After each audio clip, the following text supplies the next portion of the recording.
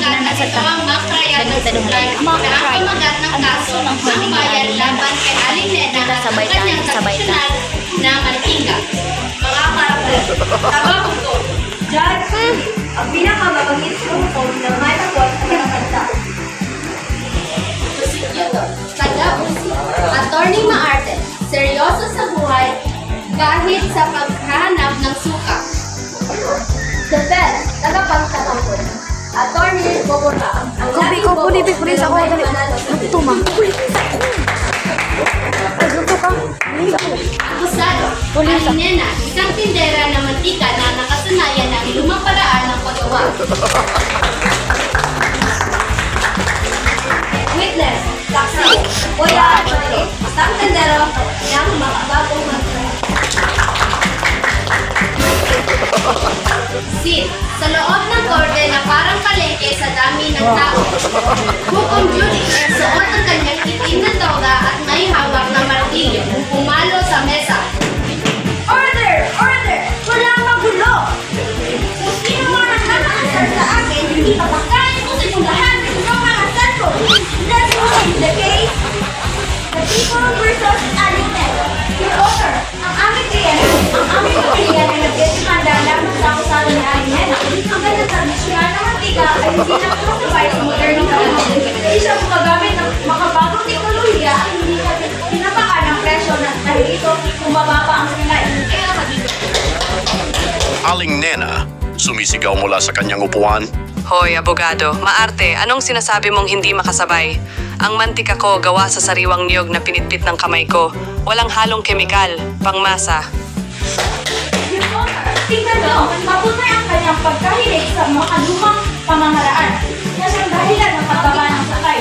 Hindi siya nag-i-invest ng modernong makina, masyadong nakaka-apekto ang teknolohiya sa kanya.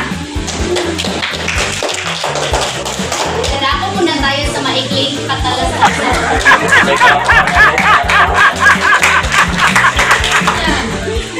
Araw ng atong paminawon ang comment ni Kim Kabaw-Bugan ang kutsimay niya ng tumal sa Santo Plus Herbal Capsule. Ang mga bukol-bukol, dalito naon, sinutulog, Herbal Capsule. Ako ay si James Kabaw-Bugan. Usa ka lalaki nagkumaro ng Herbal Capsule. Ano wala ang akong mga kapatid. Ako nagpupul na to, pag-iingin ako, bulkin mo na ito. At kami ay magbabalawas. Tumayo si Attorney Bogora, nag-aayos ng kanyang salamin. Your Honor, my client, Aling Nena, is a victim of the pagbabago ng halaga ng mga salik ng produksyon. Ano ang pinagsasabi mo, Bogora? May kaso na tayo sa teknolohiya, nagdagdag pa sa ibang salik, Bogora! Let me present my first witness, Kuya Dodo. Nasa loob ng korter si Kuya Dodong, may daladalang malaking sako ng niyog. Totoo, attorney. Dati 10 piso lang ang isang sako ng niyog. Ngayon 100 piso na. Dahil diyan, kulang na ang kikitain ko, kaya binawasan ko ang aking mga manggagawa na nagtitipid. Biglang tumayo si attorney, Maarte at nanggagalayti sa galit. Ang mukha ang pagawa. Ang mga salit ng kondisyon, iwas ang presyo ng materyales. Kaya, pinabawasan ang makagawa. Kaya bumaba ang supply, bumaba ang tama. Teka muna, nakuha ko na ang punto. Tumataas ang presyo ng materyales, binabawasan ang manggagawa, bumababa ang supply. May kinalaman din sa presyo ng mga salik ng produksyon. Precisely, Your Honor. Si Aling Nena ay hindi dapat singit. Ang problema ay nasa presyo ng mga salik ng produksyon. At kung bumaba ang presyo ng materyales, kaya niyang dagdagan ang kanyang mga magawa, magiging bago ng kanyang kitain. Narinig nyo na? Walang mali sa akin. Sige, dagdagan ko na ang aking mga gagawa. Kumuha na tayo ng mga bagong materialo. Dala na ang mga bagong gamitan. Mayong lahat sa korte, nagsasaya at nakakagulo.